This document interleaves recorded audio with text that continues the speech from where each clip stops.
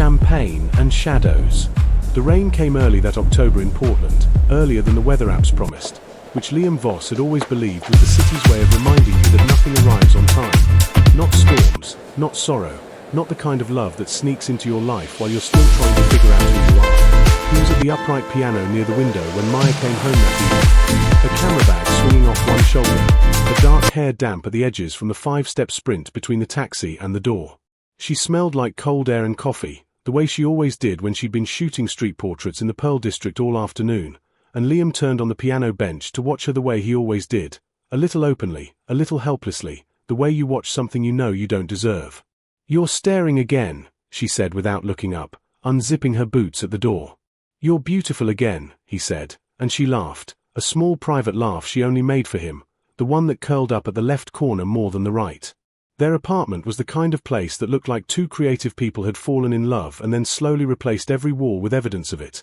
Her film prints hung alongside his handwritten chord charts, a shared bookshelf where her photography theory titles leaned into his music biographies, a windowsill lined with empty film canisters and a jade plant they'd named Professor because it looked judgmental. It was warm and a little cluttered and deeply, completely theirs.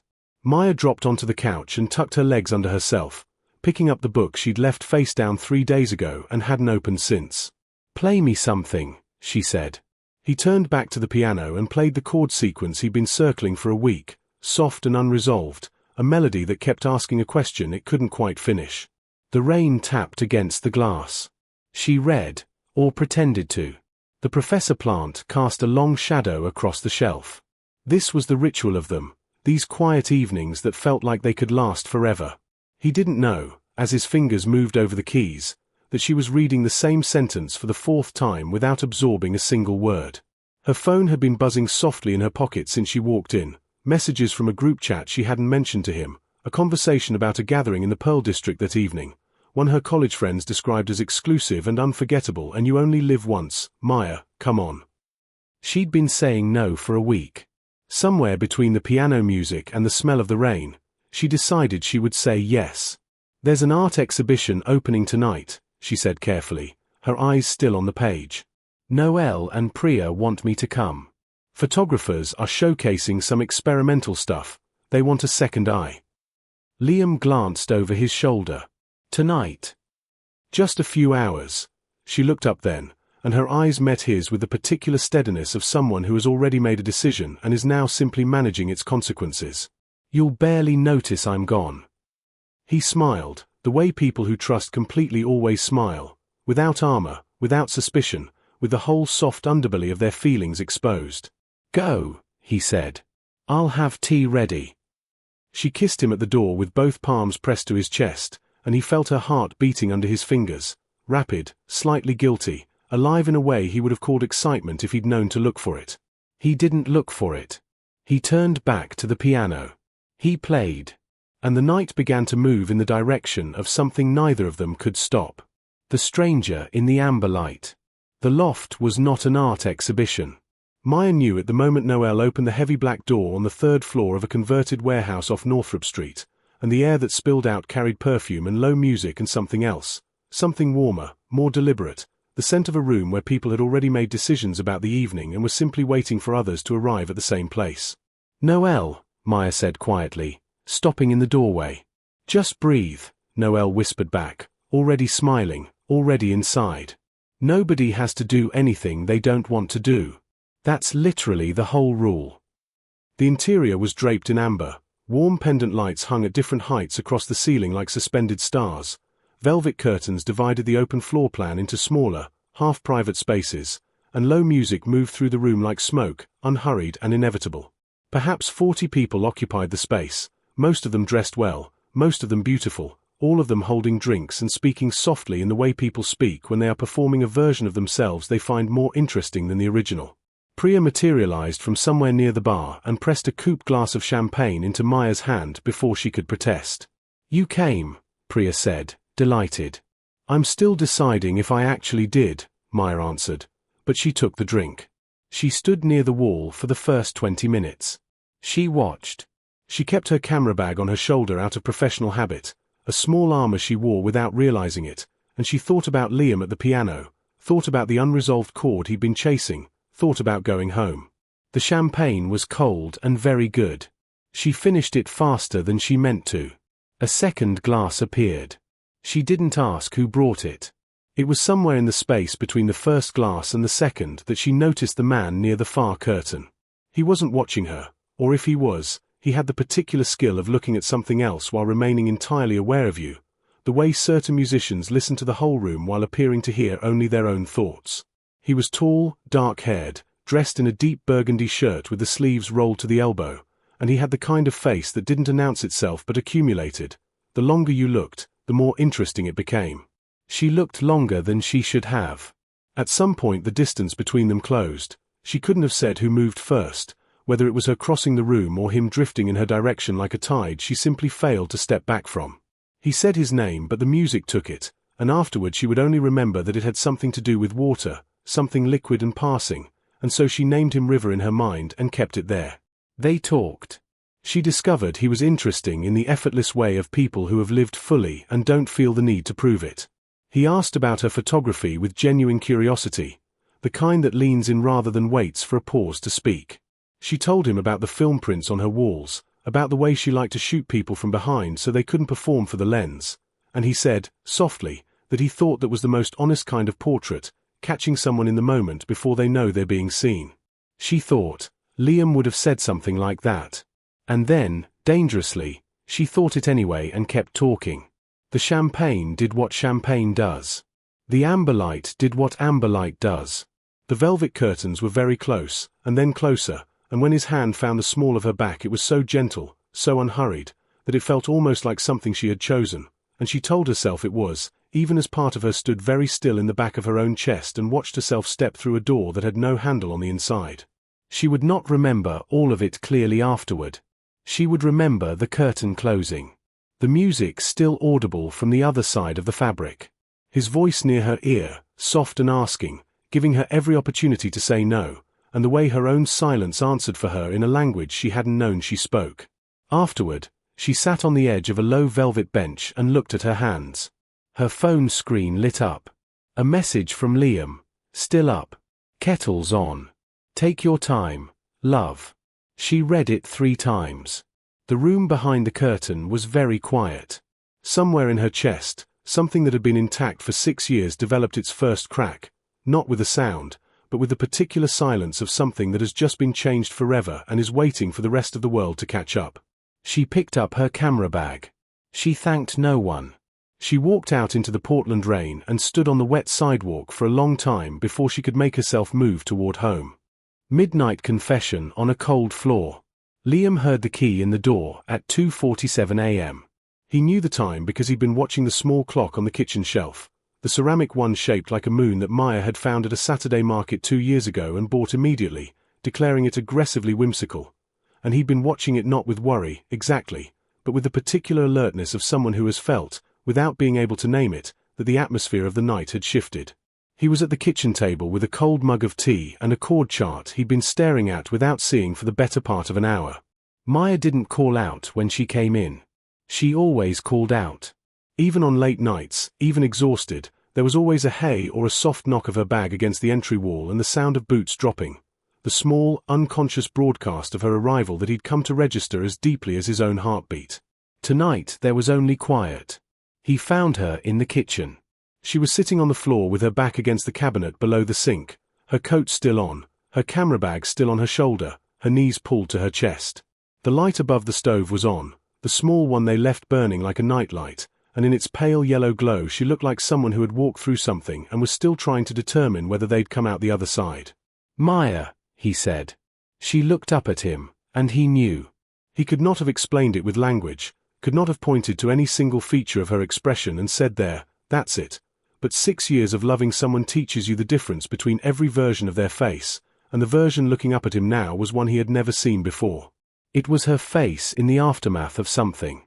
Something that had already happened and could not be undone.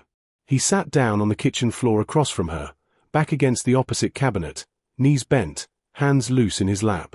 He did not touch her. He waited. She took a breath that shook on both ends, the inhale and the exhale both fractured, both searching for steadiness and failing, and then she began to talk in the low, broken cadence of someone who has been rehearsing a confession they hoped would never become necessary. She told him about Noel's message, about the loft, about the amber light and the champagne and the man she'd allowed to get close.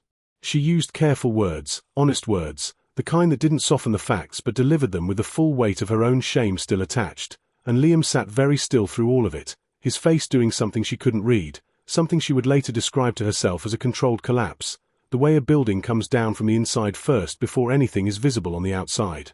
She said she didn't know his real name. She said it only happened once, and that it was already over before it began, and that she had been sitting on a wet sidewalk for 40 minutes before she could make herself come home.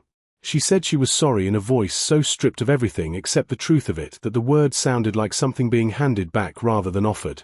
Liam sat with the silence for a long time after she stopped speaking. The stove light hummed.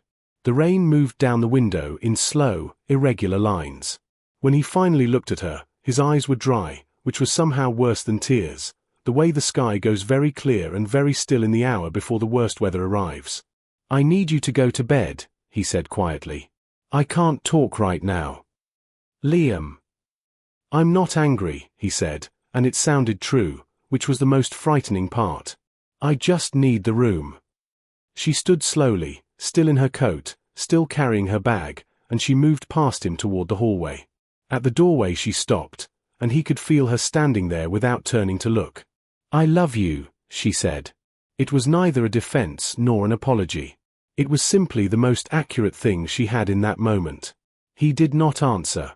He sat on the cold kitchen floor alone and listened to her footsteps move down the hall, and when he heard the bedroom door close softly, not slammed, just closed, with the particular care of someone trying not to break anything else tonight, he pressed the back of his head against the cabinet and stared at the ceiling and felt the whole architecture of the last 6 years shift under him like ground that had forgotten how to hold weight. He didn't cry for a long time. When he finally did, it was quiet and brief, the way men cry who learned early that grief was a private room. And then he wiped his face and started thinking about what he was going to do before she woke up. Suitcase at dawn. He didn't sleep. He sat at the kitchen table until the city outside the window began to change color. That slow, reluctant gray that Portland does before dawn, the light arriving like an apology, uncertain and soft. Somewhere around 4 a.m. he made fresh tea and didn't drink it. Somewhere around 4:30 he called Dante. Dante Cruz had been Liam's closest friend since they were both broke and 22, sharing a rehearsal space above a Thai restaurant in the Alberta Arts District. Dante, who played bass with his eyes closed, who gave advice in the blunt, affectionate way of someone who has no interest in telling you what you want to hear. The phone rang 4 times. "It's almost 5 in the morning," Dante said, his voice rough with sleep but already alert in the way it became when he sensed something real was happening. "Maya was at a party last night," Liam said. "Not the kind she told me it was." He kept his voice level. He explained, briefly, precisely, without drama, the way you read a diagnosis from a paper rather than letting yourself feel the words. Dante was quiet through all of it. When Liam finished, Dante said, "Where are you right now?" "Kitchen." "Stay there. I'm coming." "Don't," Liam said. "I just needed to tell someone before I did what I'm about to do. I didn't call you to be stopped." A pause. "What are you about to do?" "Pack a bag." Another pause. Longer. "Liam, I know what you're going to say." "I'm going to say you're in shock and you shouldn't make a permanent decision at 4:45 in the morning while you're still inside the worst 5 hours of your life." "I know," Liam said again. "I'm going to do it anyway." Dante exhaled, the long, controlled exhale of a person who loves you enough to disagree and help you anyway. "Then call me when you get wherever you're going." "I mean it. Call me." "I will," Liam said, and hung up. He moved through the apartment in the grey pre-light with the particular focus of someone who has simplified themselves down to the most necessary actions. He went to the closet and took the black duffel bag from the top shelf, the one Maya had bought him 2 birthdays ago, the one with the worn leather handle she'd chosen because she said it looked like something a musician would carry in an old French film, and he set it open on the bed. Maya was asleep, or appeared to be, curled on her side facing the wall, her coat finally removed, her camera bag on the floor beside her as though she'd fallen asleep without the energy to put it away properly. Her breathing was slow and even with the slight irregularity of someone who has cried themselves into exhaustion. He moved around the room quietly, choosing items with the economy of someone who does not want to think too hard about what he might regret leaving behind. 3 changes of clothes, his notebooks, the small recording device he kept on the nightstand, his phone charger. He did not take any photographs. He did not take the ceramic moon clock, though he paused in front of it in the kitchen and looked at it for a long time. He was zipping the duffel bag when she woke up. He didn't hear her come to the doorway. He sensed her the way you sense weather, a change in the pressure of the air, a subtle shift in the quality of the silence. Liam. Her voice was barely there, scraped clean by the night. He straightened and looked at her standing in the bedroom doorway, small and pale in the grey morning light, her dark hair loose and tangled, her eyes red-rimmed and wide with a fear that was entirely lucid. She understood exactly what the bag meant. "Please," she said. Just the one word. She had enough dignity, or enough devastation, not to surround it with arguments. "I can't be here right now," he said. His own voice surprised him, steadier than he expected, and sadder than he'd realized he felt. "I need to be somewhere that isn't ours for a while. We can talk. We don't have to decide anything. We can just." "Maya." He said her name the way you say the name of something you love that has hurt you, not cold, not hard, but with the particular weariness of a person who has used up all the distance between their heart and their voice in the last 3 hours. "I know you're sorry. I believe you. That isn't the thing that's stopping me." She pressed her back against the doorframe, arms crossed over her chest, and watched him pick up the duffel bag. At the front door he paused. He almost turned around.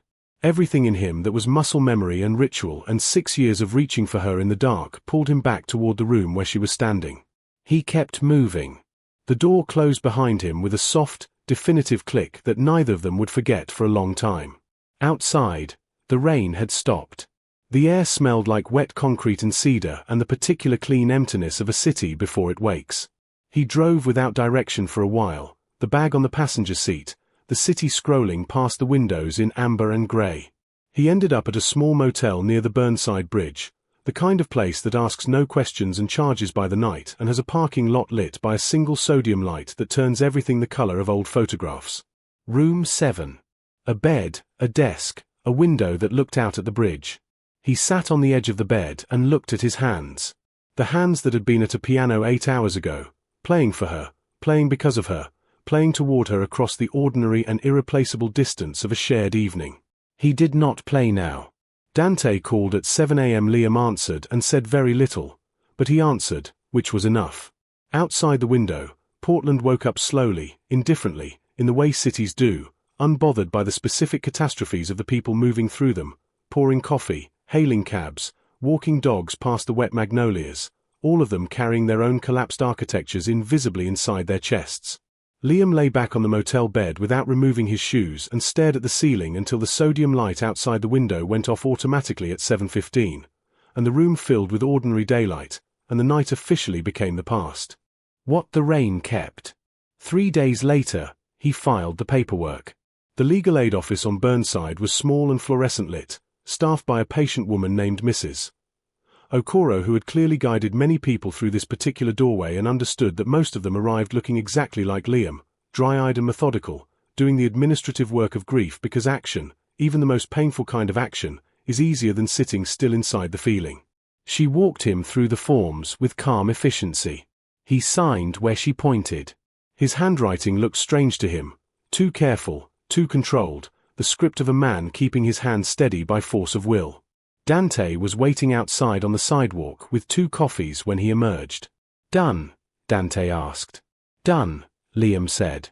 They walked along the river for a while without talking, which was the best thing Dante knew how to offer and Liam most needed, the company of someone who understood that silence wasn't emptiness but its own kind of care. The Willamette was grey-green and moving steadily south, the bridges crossing above it at intervals like ribs, and Liam watched the water and thought about Maya's voice on the kitchen floor, broken and precise and honest, the honesty of someone who knew there was no longer anything to protect by being less than completely true. She had slid a letter under the motel room door on the second morning. He'd found it when he came back from a walk, a white envelope with his name written on the outside in her handwriting.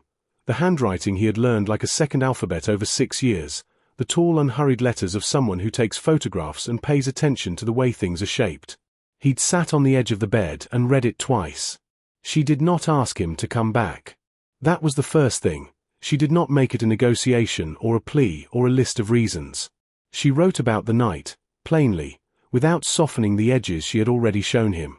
She wrote about the champagne and the amberlight and the man whose name she still didn't know and the way she had watched herself make a choice she had not known she was capable of making.